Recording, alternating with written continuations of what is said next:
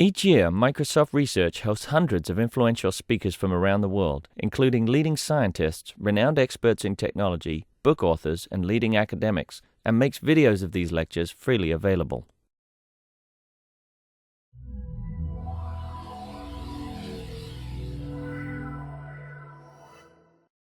My name is Kirsten Wiley. I'm here today to introduce and welcome Daniel Kahneman, who is visiting us as part of the Microsoft Research Visiting Speaker Series. Thinking Fast and Slow is a tour of the mind and explains the two systems that drive the way we think. System 1 is fast and intuitive and emotional. System 2 is slower, more deliberate, and more logical. How do we know where we can and cannot trust our intuitions and what it means to tap into slow thinking? Here today to tell us is Daniel Kahneman. Daniel received the Nobel Prize in Economic Sciences for his work that challenged the rational model of judgment and decision-making. He is a professor emeritus of psychology and public affairs at Princeton University's Woodrow Wilson School and a founding partner of The Greatest Good, a business and philanthropy consulting company. Please join me in welcoming him to Microsoft. Thank you.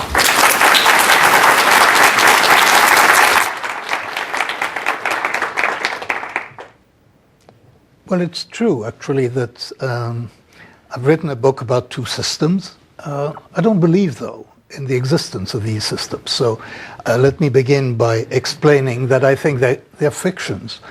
And let me explain why I chose this fiction. I speak of System 1, which is quick and intuitive, and I speak of System 2, which is sort of more deliberate and effortful.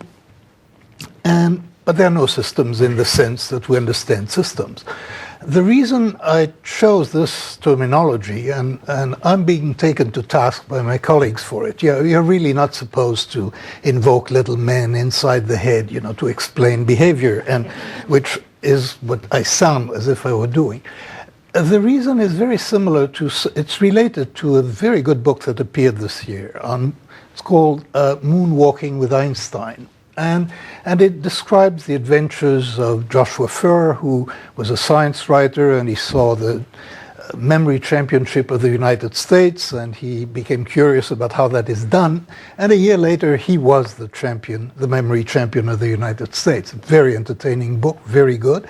And the point of that book is that people are very bad at some things and very good at other things, and they're terrible at learning lists. And they're very good at learning routes. And so if you want to remember a list, then you have to perform a mental exercise of distributing the items in the list along a mental route, and then you will remember the list. And this is how all those tremendous feats of memory are performed. The Greeks discovered that system, and it's being slightly improved to this day. Very much the same thing happens when we want to talk about psychology and about mental processes. So there is one way of telling you that some processes are automatic and effortless. So, that is true of perception, and it's true of some emotional reactions, and you will see it's true of many things, that they're automatic and effortless. And there are other activities of the mind that are effortful, and you can talk about those.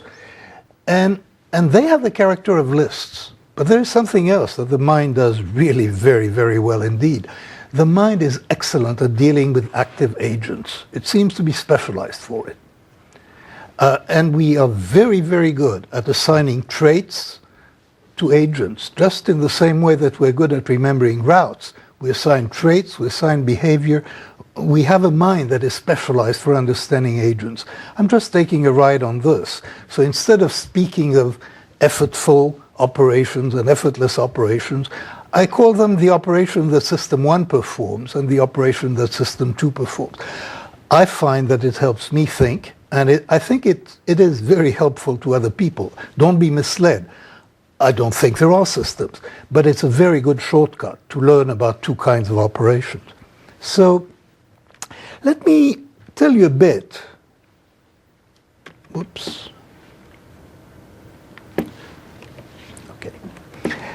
Let me tell you a bit about those two operations by bringing some examples. So this is one way that thoughts come to mind.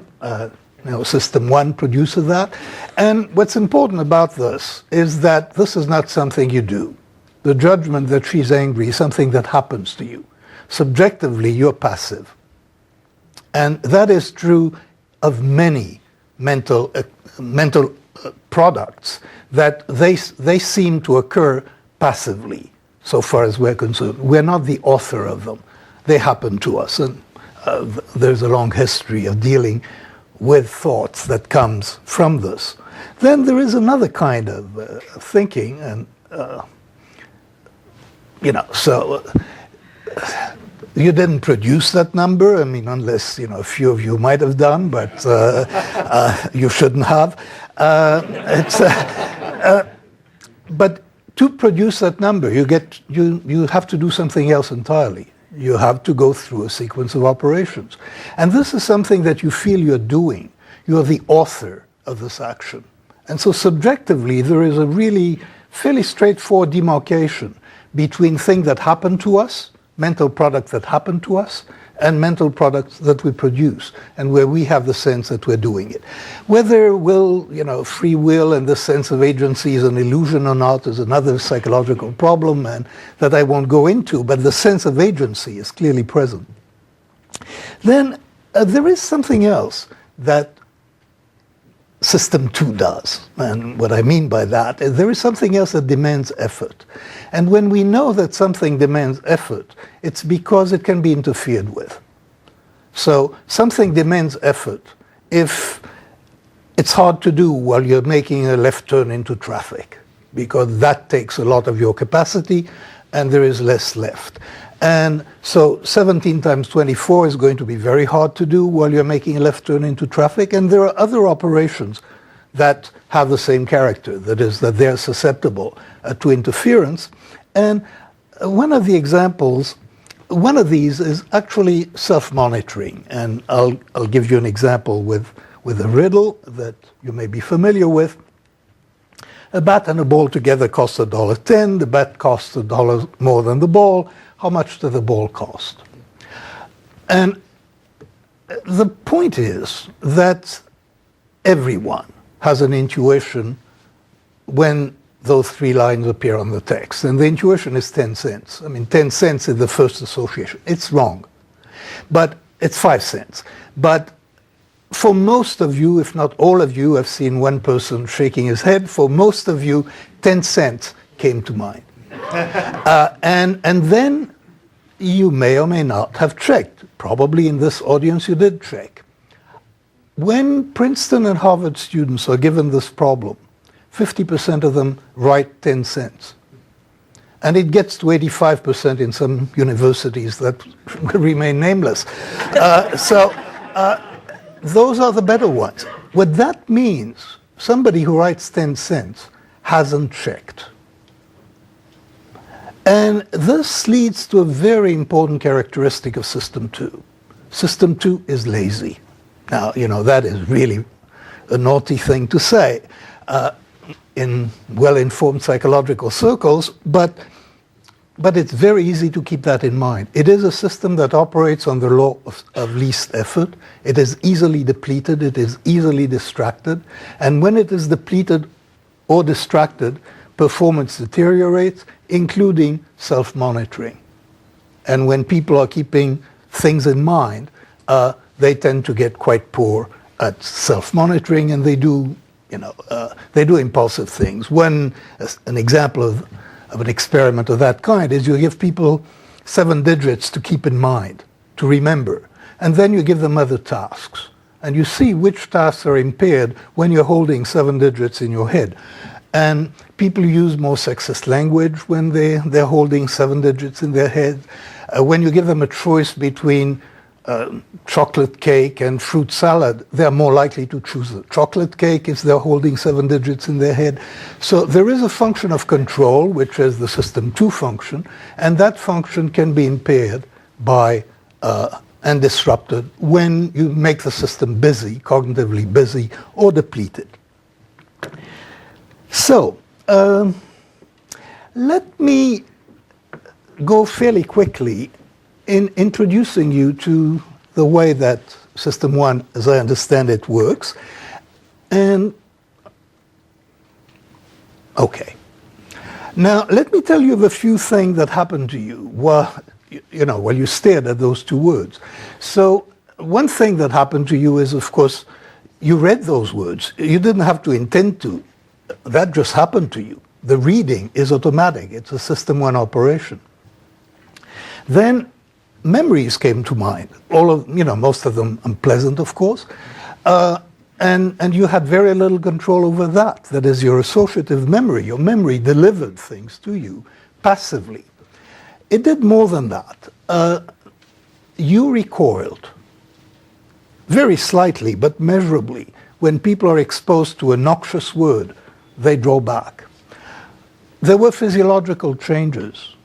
An increase in heart rate, slight increase in blood pressure, changes that are associated with threat. So your system reacted as if this was a real threat. One of the more important things, and that really labels all of this as a function of associative memory, is that there are a whole lot of words that you would now find easier to recognize. So if those words were whispered, the threshold at which you could detect them or recognize them is now lower than it was before. And they would be words like stink and smell and nausea and illness, and actually a very large set of words. The word vomit in this case evokes or activates a whole network of associations, and those associations do not come explicitly to mind, but they will facilitate recognition if there is another stimulus. So you are prepared for a lot of things. So clearly, one of the functions of System 1 is preparation. Now, while you were watching this, a lot of the changes that occur are actually reciprocal. So you make a disgust face, which most people do. When people make a disgust face, they are more likely to experience disgust. But as we know, for example, that when you stick a pencil in people's mouth like this, which forces their face into the shape of a smile, they find cartoons funnier. If you stick the pencil like that, which makes them frown, they find cartoons less funny. So the shape of your face influences the emotions you have. Recoiling induces negative emotion. Negative emotions induces recoiling. What you get is a mutually reinforcing network of activation, or activation within a network, which creates a coherent pattern. I'll call that associative coherence, and that is one of the main ways that System 1 functions. It produces associatively coherent responses to stimuli. Now, we know a great deal, actually, about the way that this system works, this responses to stimuli. Let me give you an example, and I'll come back to the bananas in a minute. You read the first of these two things as ABC, the second one as 12, 13, 14. But in fact, the B and the 13 are identical. They are the same stimulus. What this shows is that the interpreter system, System 1, is context sensitive. It interprets. Everything is brought to bear at the same time in creating a coherent interpretation. And that is a key function of associative memory, this production of coherence. It produces a story, it produces an interpretation. Now, the system is also oriented to causality, and I'll have several opportunities to emphasize that because I think it's very important. So there were two words there, bananas and vomit. There was absolutely no reason for you to make a story out of those two words, but you did. The interpretation of that is that the bananas, somehow you were looking for a cause of the vomit, and the bananas looked like a possible cause. And so temporarily you're off bananas. Now, this is temporary, it will pass, but there is an interpretation, a causal interpretation. You were not asked to do it, it happens automatically. This orientation to causality and to coherent stories is another essential characteristic of that system that I call fast thinking.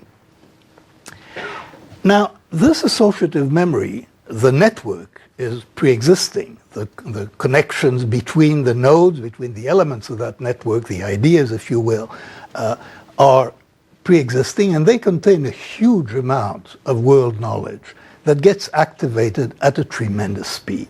And, to give you my favorite study of that, it's a study in which an upper-class male British voice says the word, "I have large tattoos all down my back." And I will not try to do that with an upper-class English voice. I couldn't. But what happens is, approximately 0.3 of a second after that word, the brain reacts with a characteristic response of surprise. People who speak in upper-class English voices do not, in our world image, have large tattoos down their back. That gets registered immediately.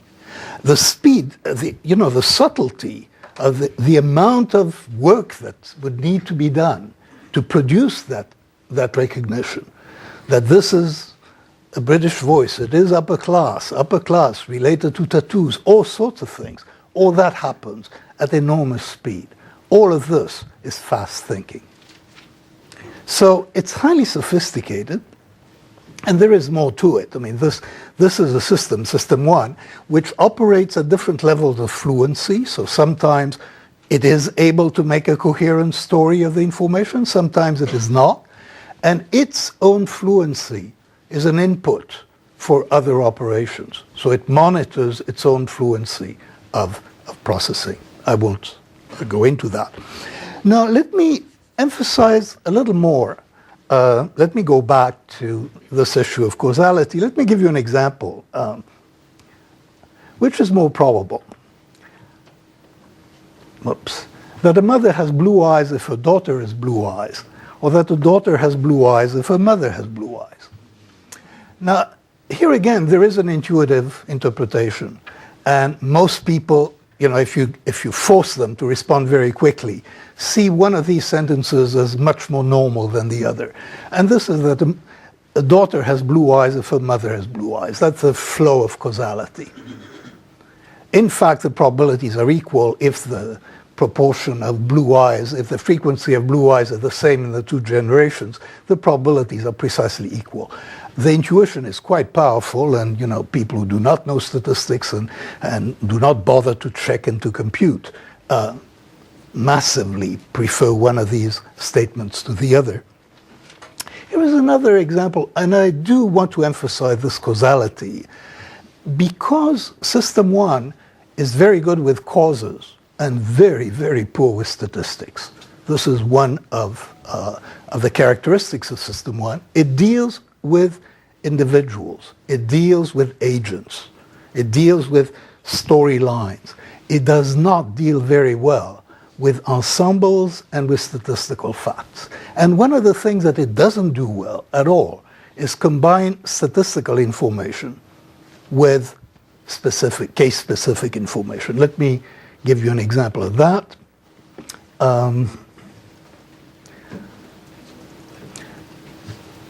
There are two cab companies in a city. 85% of the cabs are blue, 15% of the cabs are green. And there was a hit-and-run accident, and there was a witness. And the witness said with 80% probability, subjective probability, that the cab that was involved in the accident was a green cab.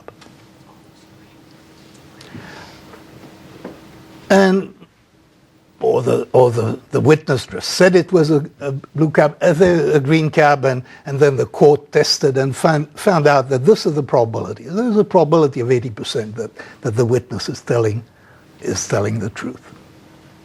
What is your probability that the cab that was involved in the accident was blue? Now, you probably know the answer. Most people don't. most people just say 80%. They completely neglect the base rate information. In fact, this is a straight Bayesian inference problem. The correct answer is, 41%. But people do not combine, and there are many other instances. You give them the base rate, you give them the statistical information, then you give them case information, case-specific information. They don't use the base rate. The base rate is supplanted. And this really happens a great deal. Now, let me give you an example, very similar example, formally, I think, identical, but which produces quite a different reaction. Okay, there are two cab companies in the city. Half of the cabs are green, half of the cabs are blue. But 85% of the accidents are caused by the green company. And now there was a witness and the story is the same. What's the difference? The difference is that this information leads immediately to a causal interpretation. This is not a statistical fact. What you have immediately inferred from this is that the drivers in the green company are reckless fools. I mean, this is why they cause 85% of the accidents. There must be, you have inferred a cause. And that cause, that causal information applies to every green cab. And now, that and the witness are both case information about the same case, about the same story, and people get it right. So you have two versions of a Bayesian inference problem. People do miserably in one, and they do quite well in the other. And the difference is whether the information lends itself to a causal interpretation about the case at hand. And if it does, it will be used, and it will be intuitive. And if it doesn't, in general, for most people, it will be ignored. Okay.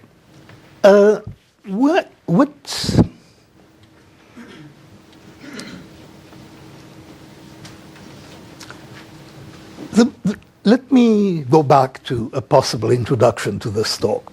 A possible introduction would be that we are very interested these days in whether intuition is good or bad. There's a fair amount written about it. We have a lot of, there is a mystique about intuition. Mystique was to some extent promoted, I think, by Malcolm Gladwell's Blink book. I mean, people saw it as an endorsement of the magic of intuition. You have a lot of business leaders and national leaders who claim to hear very clear messages from their gut and to act on those. And so, and by and large, we are inclined to believe them. And we want to believe them. We like this idea that people have access to intuition. Stories about the marvels of intuition abound, like the physician who sees a case and immediately diagnoses whatever it is, the intuition of chess players and so on. And this is all seen as something magical that happens with expertise. There is actually absolutely nothing magical about it. There's nothing magical about the feats of intuition, when they're actually feats of intuition rather than luck, which is the case for many other people who claim that their gut speaks to them. What happens with expert intuition is that it's produced by reinforced practice. And with a considerable amount of reinforced practice, activities turn and become System 1 activities. In other words, they become automatic and effortless. That happens to us when we drive a car. We have learned to do it. And now, making a left turn into traffic is an exception, but we can do things while we drive a car because driving is mostly automatic. That's a skill. There is no magic. We don't feel that there's something magical about our ability to drive a car and talk at the same time, but it's the same magic that of other feats of intuition. Or, one of my examples is that I can tell my wife's mood from her first word on the telephone. And so can you probably. And that's because we've had a lot of reinforced practice at that kind of detection. Now, in many cases, when people have reinforced practice, they develop true expertise. And that applies to physicians. When they get the practice, when they get the good conditions for learning, and with considerable practice, there is a large difference between different kinds of specialties and professions. So, for example, anesthesiologists are much more likely to develop good intuitions than radiologists, because the feedback conditions are much better for anesthesiologists. They do something, the results are fairly immediate. The radiologists just get very, very poor feedback, if they get any at all. And so they are not in the position of acquiring intuitions. Now, there are people who feel they're expert but are not. And there are quite a few of those. And those people populate Wall Street, for example. So you have a lot of people who really believe they can tell which stocks will go up and which stocks will go down, contrary to the evidence, because most of them believe that others cannot do it, but they can. And that's an important point, by the way, the sense of subjective confidence, which is divorced from any real basis. They just feel that they can do it. And so what we have is some of the intuitions, some of those responses that System 1 provides us with are based on true expertise, because we have learned that, and it has become, recognition has become automatic and effortless. And others, we have the same intuition with the same level of confidence, but it is not based on expertise. How does that work? And I think that the way that it works, I propose that the way that it works, is that associative memory, when it's trying to answer a question, and it cannot answer that question, it will answer another question, and think that it has answered the first one. And the way this happens is in part because any instruction that you get activates, I call that the mental shotgun. You don't actually obey one instruction. You tend to do many things at once when obeying an instruction. I'll give you an example. Suppose I tell you to respond as quickly as possible, by raising your right hand if two words rhyme, and you don't raise your right hand if they don't rhyme, or you raise your left hand. And now I present pairs of words. So vote, note, that rhymes. Vote, goat also rhymes. But vote, goat is considerably slower than vote, note. And the reason is that you visualized. Nobody asked you to visualize. Nobody asked you to compare the spelling. You just do it. It happens. So the instruction to carry out one operation activates other operations. Or, I could give more examples, but we're short of time. What happens then is that if people are asked a difficult question, but there is an answer to an easier question, which is related and comes more easily to mind, people are likely to answer the easier question. And they won't know that they have done it. And that gives rise to many illusions. So I'll give you an example. Okay.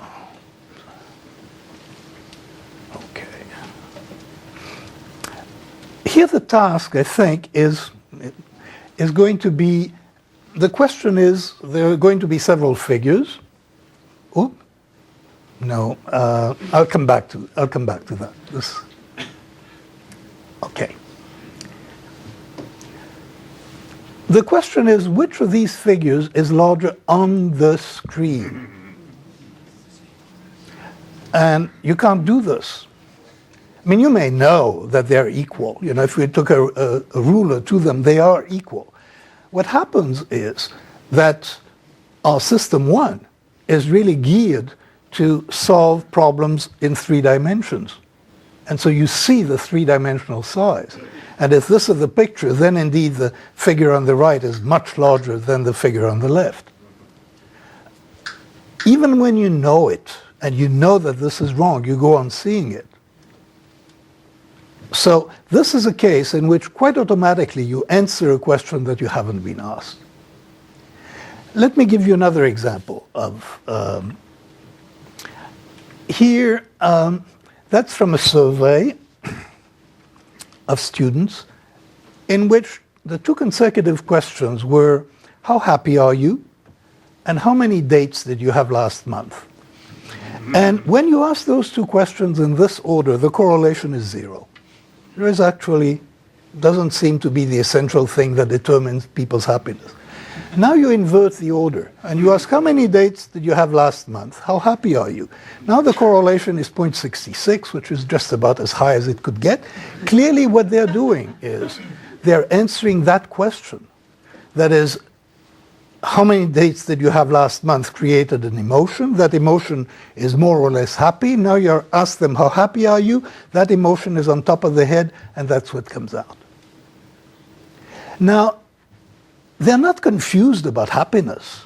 They know that happiness is not the same as happiness with their satisfaction with their romantic life. You are not confused about what it means, size on the screen.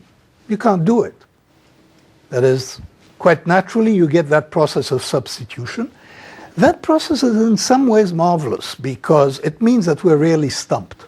That is, and quite often, what is substituted, the answer to the neighboring question, is good enough. And sometimes it isn't. Now, I'll give you another example which brings to bear one of the capabilities of System 1. And this is it. I tell you that Julie is a graduating senior at a college or university, and I'll give you one additional fact about Julie, that she read fluently when she was 4 years old. And I ask you, what is her GPA? And you have an answer. I mean, we all know it's a little more than 3.5, surely, probably less than 4, certainly more than 3.2. There is an answer. What is the answer? This is worth following because that's the capability of System 1, which is quite interesting. There are dimensions of judgment which are intensity dimensions. You can go from more to less, quantitative dimensions. Precocity of reading is one such dimension. And now, I can tell you, here was Julie at age 4, and I could tell you what amount of rain in a day in Seattle corresponds to being able to read fluently at age 4. You'll have an answer. You're able to match the intensity of the precocity variable to the intensity of, the amount of rain on a day, or to actually almost any other quantitative variable. There is an answer, it comes to mind, it gets generated, and now, interestingly enough, the answer that occurred to you when I asked you what is her GPA is in effect a matching of percentiles. You have some idea of how extreme it is in the distribution of reading acquisition, how extreme it is to read fluently at age 4, and you can match that to a GPA that will be roughly equally extreme. If you stop to think about it, this is a truly absurd way of predicting things because it is completely non-regressive. It does not, that information is worth very little. You should make the judgment that is not very different about Julie's GPA from what you would give if you knew nothing at all about her.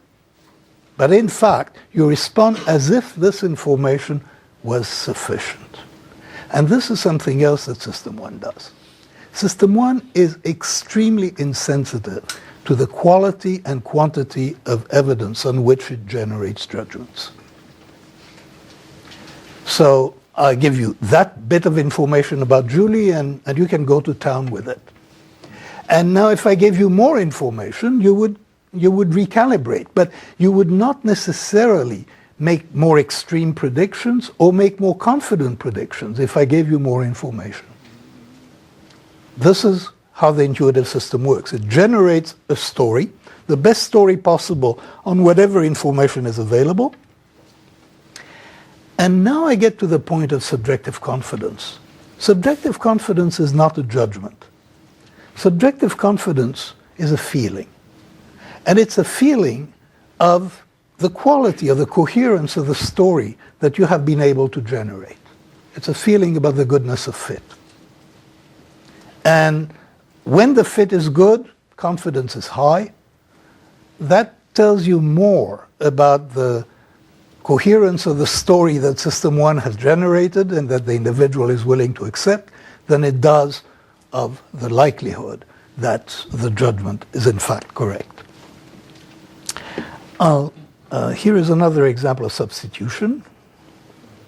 International travelers are asked, how much would you pay for insurance that pays $100,000 in case of death for any reason?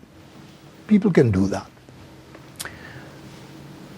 Then they're asked, how much would you pay for insurance that pays $100,000 in case, how much would you pay for insurance that pays $100,000 in case of death in a terror incident on your next trip? They pay more for the second than they pay for the first. And the reason that they pay more for the second than they pay for the first is that they're more afraid of dying in a terrorism accident than they're afraid of dying. And this is probably true of all of us.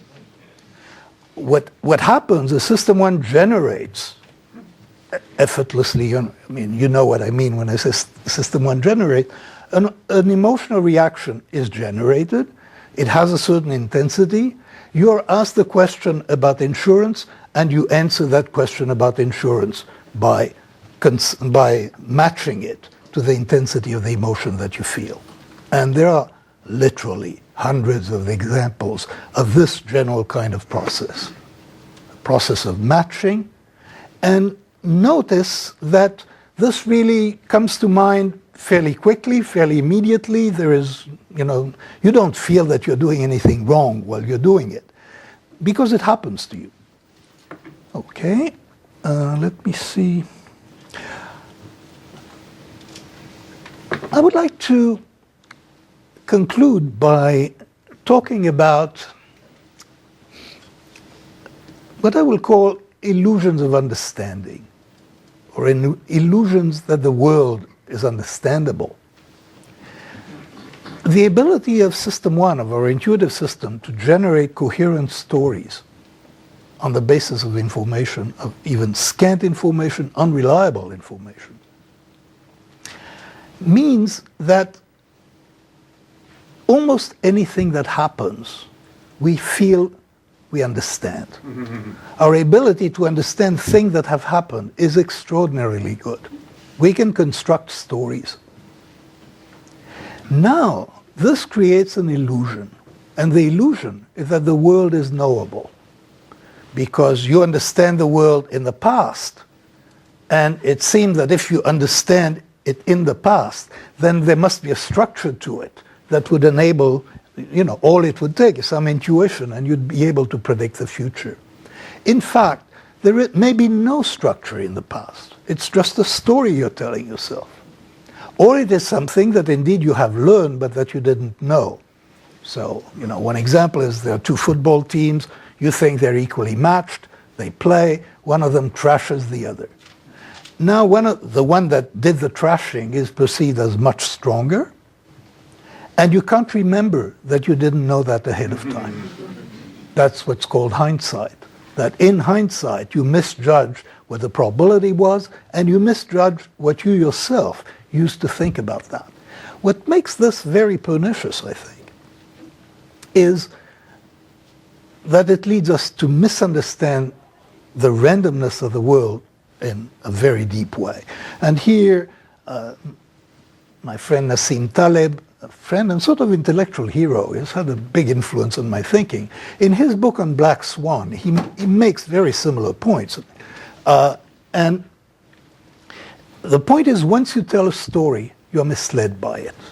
And I'll give you an example about the financial crisis. There are people who we believe, and so the story is told, that they knew the crisis was about to happen. This, I think, is a serious cognitive mistake, that we let that statement go by. It's almost a scandal. We should retire the word know from these situations. And the reason is this. When we say that people knew something, we can only apply that verb if what they knew was true. Until we know that it is true, it's not knowledge. In fact, they thought a crisis would happen, and then it happened. They didn't know it. Knowing is really something else. But that's the way we use the word know. That use of the word know gives us the illusion that the world is knowable, even when it is not. In fact, there were equally intelligent and knowledgeable people who knew the same facts and who didn't think there was going to be a crisis. My inference from that is it was not knowable. Some people thought it, and some people thought other things. Very similar about intuition. The mystique of intuition comes in part from the language. We don't say, I had an intuition that this was going to happen, but it was false. Generally, you said, I had an intuition when it came true. That biases us to believe in intuition, and it biases us to believe things about the world that are simply not true. That is what I could do in 30 minutes. Thank you.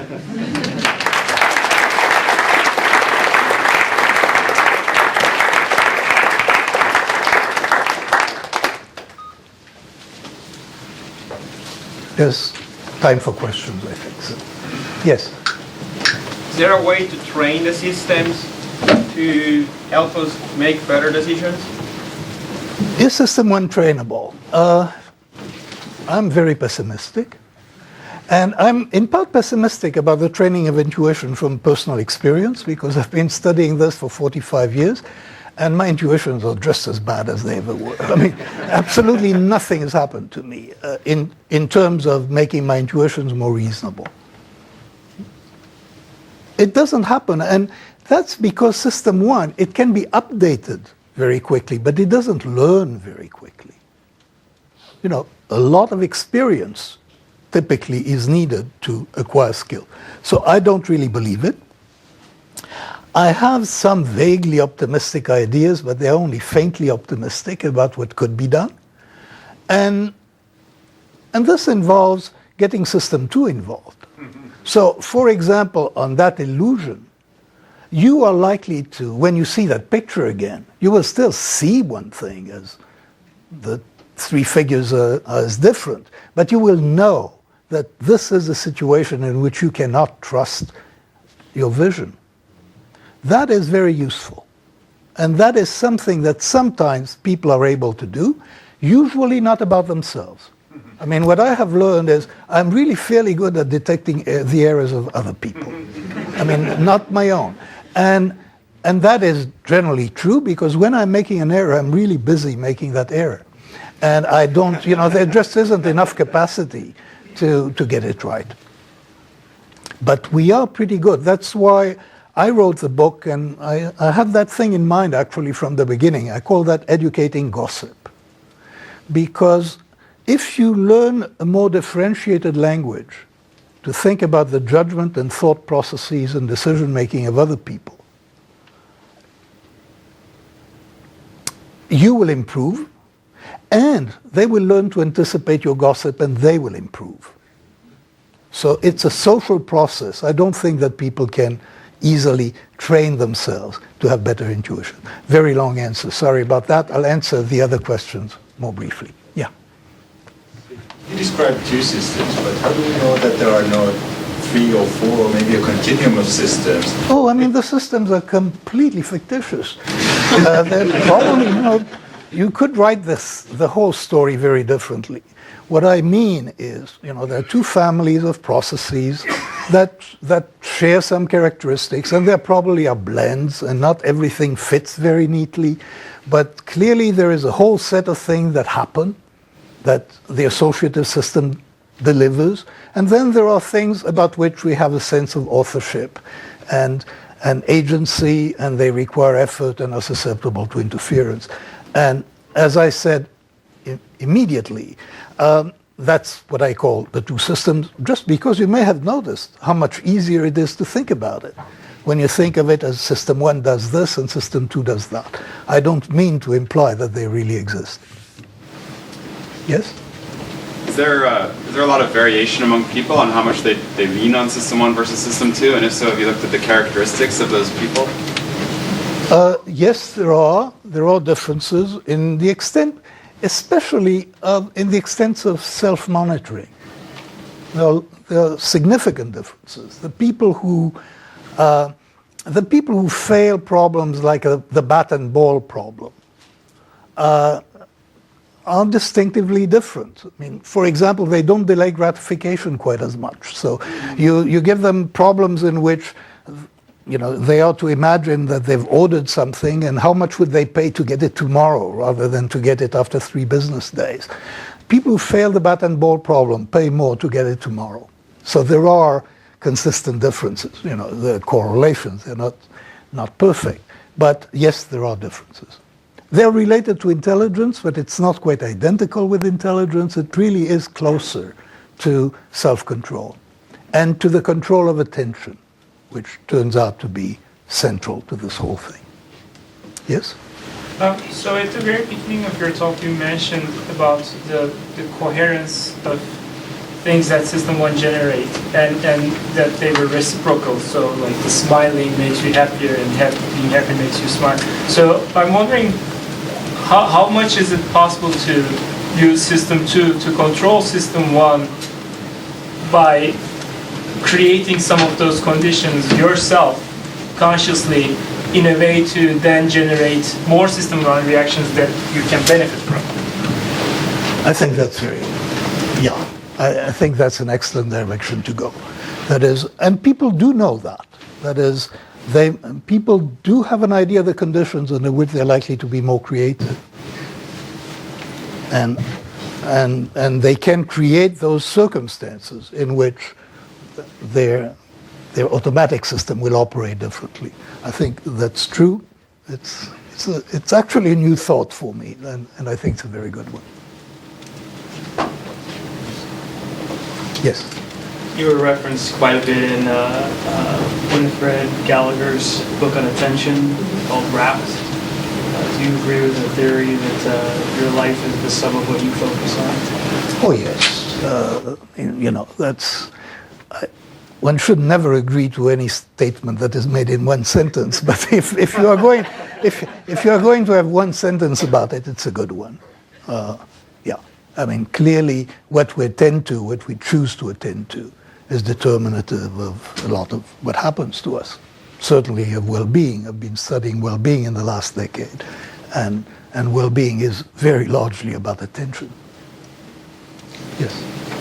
As we were listening, I looked around, and most of us are sitting with legs crossed, arms folded, and it's a little foreign to be told kind of how I think and what I'm thinking about. I wonder if our learning style changes or makes any impact or has any correlation to the way in which we make decisions, the way in which we balance System 1 and System 2.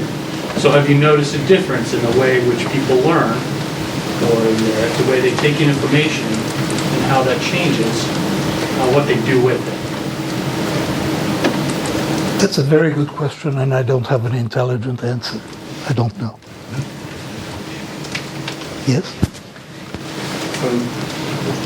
So I started a particular technique of meditation 10 years ago, which I observed the vibrations in the body, and those are directly correlated with the emotions. As the emotions change, the observations change. And as long as I'm constantly aware of those vibrations, like the attention is there, it's less likely that I'll be carried off by the emotion and make erroneous judgments. So I'm curious, have there been similar experiments done on monks or? Yeah, there have been. Repeat the question. The question was the effects of meditation, the cognitive effects of meditation. There is a fairly large and increasing literature, and clearly there are effects. There is a real problem interpreting that literature, in that the people who study Buddhists, the effects of meditation, are in general meditators, and they find it very difficult to be objective about what they're studying, and so there is a real problem interpreting that literature, and it's turned into a sort of insider's literature for that reason. And I'm not an insider, so I can't tell you very much. Yes? What's the correlation between System 1 and stereotyping? System 1 and stereotyping. Stereotyping is the way we think. I mean, we have stereotypes about tables. The stereotype, social stereotypes are very noxious and they cause a great deal of damage. But it is not true that, you can have a mind that is stereotype free. We can't operate that way. So people have stereotypes. And what happens is there is a possibility of controlling your reactions to stereotyping, and in the last few years there is a lot of debate about how early you can make yourself resist a stereotyping impulse. But that the impulse is there and that everybody has it is something that we'd better accept, because otherwise, we won't be very realistic about the way the mind works. So it's not that there are people who are stereotype free. I don't think there are. And if you don't have stereotypes about the people you're not supposed to have stereotypes about, you do have stereotypes about Harvard law professors. So, there are categories that are okay to have stereotypes about. It is true, in general, that overt stereotyping is clearly something that can be controlled. And for people who are there's interesting results on depletion. For people who are very stereotyped, they spend half an hour being polite to somebody of another group that they don't like. And later you give them a hand grip task and they're depleted. They're really tired. Controlling stereotyping is actually very tiring for people when their impulses are strong. Yes? Yes? So is it possible that system 1 is affected by any social factors, like social norms, or what majority of the people are saying? So Oh, of course. So, the question is, if I understand it, what is the effect of social norms on System 1? Well, System 1 has world knowledge, and world knowledge, to a very large extent, is constructed by social norms. So, of course. Yes? So, over the last several years, your theories and Dr. Tversky's theories have spun off a kind of a micro-market of popular books. It's an easy question. What among these books are your favorites? Can you repeat?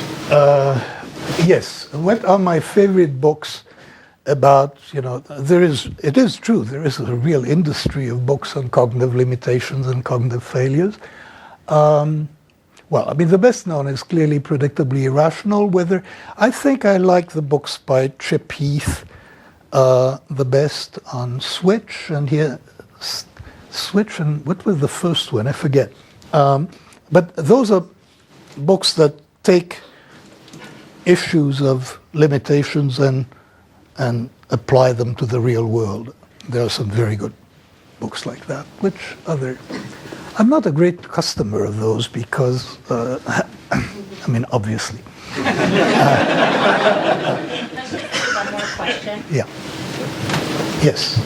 So you mentioned that System 1 could be trained by reinforced learning, reinforced practice.